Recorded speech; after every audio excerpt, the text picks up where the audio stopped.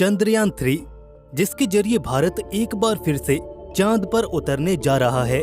भारत की चंद्रयान सीरीज का ये तीसरा मिशन होने वाला है। चंद्रयान 1 की सफलता को केवल भारत ही नहीं बल्कि पूरी दुनिया ने सराहा था, जिसने चांद पर पानी तक खोज निकाला। उसके बाद 2019 में चंद्रयान 2 ने थोड़ा हताश जरूर किया, लेकिन उसका ऑर्बिटर आज भी चांद को मैप कर रहा है। चंद्रयान 2 का लैंडर और रोवर भले ही चांद की सतह पर सफलतापूर्वक न उतर सके, लेकिन चंद्रयान 2 का ऑर्बिटर आज भी हमें महत्वपूर्ण डेटा भेजता रहता है। चंद्रयान 2 की असफलता के बाद से ही इसरो ने चंद्रयान 3 पर काम करना शुरू कर दिया था। चंद्रयान 2 की क्रैश लैंडिंग को एकदम डिटेल में स्टडी किया गया ताकि वो गलतियां हम इस मिशन में न दोहराएं। और वैसे भी इस मिशन में गलती का कोई चांस ही नहीं है। हमें इस बार सफल होना ही होगा। चंद्रयान 3 का मुख्य उद्देश्य चांद पर सिर्फ सॉफ्ट लैंड करना ही होगा और वहां की सरफेस पर कुछ साइंस एक्सपेरिमेंट्स परफॉर्म किए जाएंगे, लेकिन मेन फोकस रहेगा चांद पर सॉफ्ट लैंडिंग करना। दुनिया की 3 बड़ी सुपर पावर्स अमेरिका, रशिया और चाइना ने ये मुकाम पहले ही हासिल कर लिया है, चांद पर सफलतापूर्वक उतरकर। और अब भारत को अपनी काबिलियत दिखानी होगी और यहाँ पर हम फेल नहीं हो सकते। धरती से चांद तक चंद्रयान 3 की ये यात्रा करीब 2 हफ्तों की होगी और चांद की डार्क साइड में इसे लैंड कराया जाएगा। पर इतना कुछ होने के बावजूद भी ये मिशन हमारे लिए आसान नहीं होगा। तो बने रहिए दोस्तों आगे इस वीडियो में और हम जानेंगे कि आखिर क्यों चंद्रयान 3 मिशन इसरो का अब तक का सबसे कठिन मिशन होने वाला है। 600 करोड़, जी हाँ 600 करोड़ के करीब है चंद्रयान 3 की लागत, जिसे हाल ही में ऑफिशियली 12 जुलाई सन 2023 को लॉन्च करने का प्लान है। 12 जुलाई से लेकर 19 जुलाई के बीच सतीश धवन स्पेस सेंटर श्रीहरिकोटा से इसे लॉन्च किया जाएगा। 600 करोड़ वाकई एक बहुत बड़ी रकम है, लेकिन इसरो के इतिहास में ये सबसे महंगा मिशन नहीं है, बल्कि चंद्रयान 2 इस मिशन से करीब 1.5 गुना ज्यादा महंगा था। करीब 960 करोड़ रुपए चंद्रयान 2 मिशन पर खर्च किए गए थे, लेकिन इस बार इस मिशन में ऑर्बिटर यूज नहीं किया गया है और इसी का नतीजा है कि ये मिशन चंद्रयान 2 जितना खर्चीला नहीं है। बात करें अगर चंद्रयान 3 के लॉन्च के बारे में, तो चंद्रयान 3 स्पेसक्राफ्ट बहुत पहले ही आंध्र प्रदेश के श्रीहरिकोटा स्थित सतीश धवन स्पेस सेंटर पहुंच चुका है।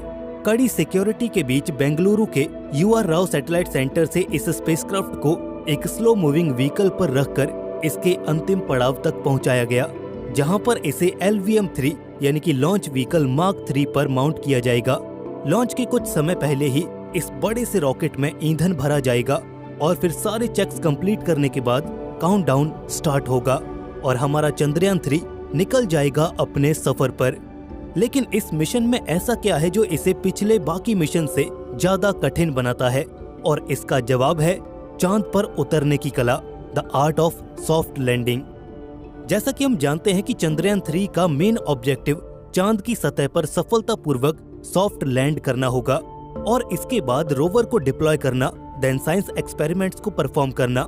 चांद पर सॉफ्ट लैंड करना या किसी भी सेलेस्टियल बॉडी पर उतरना, ये वाकई एक कॉम्प्लिकेटेड, कॉम्प्लेक्स और डिफिकल्ट टास्क है। अब चंद्रयान 2 को ही ले लीजिए। हमने चंद्रयान 2 को चांद के ऑर्बिट में तो पहुंचा दिया, लेकिन विक्रम लैंडर को उसकी सतह पर उतारने में कामयाब न हो सके। चांद पर उतरते हुए सतह से करीब 2.1 किलोमीटर ऊपर ही विक्रम लैंडर के सॉफ्टवेयर में कोई ग्लिच आ गया था और हमारा संपर्क उससे टूट गया। लेकिन यहाँ पर हम अकेले नहीं हैं। चांद पर उतरने से पहले अमेरिका और रशिया न जाने कितनी ही बार फेल हुए हैं। हाल ही के केस देखें तो इजराइल और जापान भी चांद पर उतरते हुए चंद्रयान 2 की ही तरह क्रैश लैंड हो गए। और अगर मार्स की बात की जाए तो आज तक रशिया बहुत ट्राई कर चुका है, लेकिन मार्स पर नहीं उतर पाया। अमेरिका भी मंगल पर उतरते हुए अनेकों बार फेल हुआ। मंगल पर असफलताओं का ये नंबर तो इतना बड़ा है कि उन असफलताओं को मंगल का श्राप कहा जाने लगा। खैर, इसरो ने चंद्रयान 2 के बाद हार नहीं मानी और दोबारा ट्राई करने का मन बनाया। इसरो ने अपनी गलतियों और चंद्रयान 2 से कई ऐसे सबक लिए जिससे हमारे इस तीसरे मिशन में कोई और गड़बड़ ना हो और ये वो सारे मुकाम हासिल कर पाए जो 2019 में हम नहीं कर पाए थे। इसके सॉफ्टवेयर में चेंज किया गया है ताकि ये सारी संभावनाओं को कैलकुलेट करके एक बेहतर डिसीजन ले पाए। इसके सेंसर्स में भी बदलाव किया गया है ताकि आने वाली आपदा और अनएक्सपेक्टेड चेंजेस का तुरंत पता चल सके। इसके साथ ही इसकी रिडंडेंसी और फेलियर या अनएक्सपेक्टेड सिचुएशन को हैंडल करने के लिए भी इसे काबिल बनाया गया है। इस बार मिशन की कॉम्प्लेक्सिटी को कम करने के लिए इसमें ऑर्बिटर की जगह propulsion मॉड्यूल का इस्तेमाल किया गया है और इसका मतलब ये है कि इस मिशन में हम चंद्रयान 2 के ऑर्बिटर को ही इस्तेमाल करने वाले हैं। इस मिशन में सबसे कठिन होगा चांद के साउथ पोल पर उतरना। चांद का साउथ पोल हमारी पृथ्वी से सीधे संपर्क में नहीं रहता और यही वजह है कि इस पर उतरते हुए लैंडर को हम डायरेक्ट पृथ्वी से कंट्रोल नहीं कर सकते। इवन लैंडर से हम डायरेक्ट कम्युनिकेट भी नहीं कर सकते। इसके लिए हमें रिले सैटेलाइट्स का यूज करना पड़ता है। पूरा का पूरा लैंडिंग प्रोसीजर ऑटोमेटेड ही रहता है और यही वजह है कि लैंडिंग के समय आने वाली प्रॉब्लम्स का कंप्यूटर कोई क्रिएटिव सॉल्यूशन नहीं निकाल पाता और मिशन फेल हो जाता है। साउथ पोल पर चांद की सतह उबड़ खाबड़ है।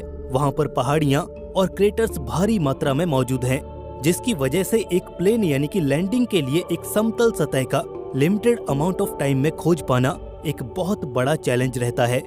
लैंडर के चांद पर यानी कि साउथ पोल पर लैंड करते समय जब अचानक कोई क्रेटर आ जाता है या कोई पहाड़ी आ जाती है तो लैंडर के सेंसर्स वहां पर कंफ्यूज हो जाते हैं कि सतह पर उतरने के लिए असल में उसे और कितना नीचे जाना होगा और यहीं पर सारी कैलकुलेशन गड़बड़ हो जाती है, जिससे मिशन के फेल होने के चांसेस काफी ज्यादा इंक्रीज हो जाते हैं। और ये कुछ चैलेंजेस हैं जो चंद्रयान 3 के सामने आने वाले हैं, लेकिन इसरो का कहना है कि वो इन सब के लिए तैयार है। अगर आप सोच रहे हैं कि साउथ पोल पर उतरने में अगर इतना ही खतरा है तो आखिर हम वहां जा ही क्यों रहे हैं, तो इसकी बात हमने डिटेल में इस वीडियो में की है। आई बटन पर क्लिक करके आप उस वीडियो को देख सकते हैं। 12 जुलाई सन 2023 को चंद्रयान 3 की लॉन्च डेट फाइनल की गई है। सबसे पहले स्पेसक्राफ्ट पृथ्वी की ऑर्बिट में स्थापित किया जाएगा। कुछ ऑर्बिट पूरे करने के बाद propulsion मॉड्यूल इसे चांद तक ले जाने के रास्ते में इंजेक्ट कर देगा। ये सफर 1 से 2 हफ्तों का रहेगा और आखिर 23 अगस्त को चंद्रयान 3 चांद की डार्क साइड यानी कि साउथ पोल पर लैंड करेगा।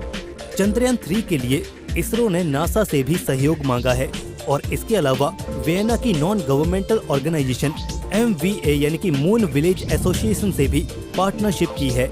भारत का ये मिशन सिर्फ भारत ही नहीं बल्कि पूरी दुनिया में साइंटिफिक टेम्परामेंट और यूथ को टेक्नोलॉजी की तरफ ले जाने के लिए प्रोत्साहित करेगा और इसलिए मेरा मानना है कि इस बार इसरो को सफल होना ही होगा। इसके अलावा कोई और चॉइस नहीं है। तो दोस्तों, आप भी इसरो को कमेंट सेक्शन में बधाई दे सकते हैं और अपने विचार भी हमसे साझा कीजिएगा इस मिशन के ऊपर। बाकी अगर आपको ये वीडियो और जानकारी पसंद आई तो उसे लाइक और दोस्तों में शेयर जरूर कीजिए।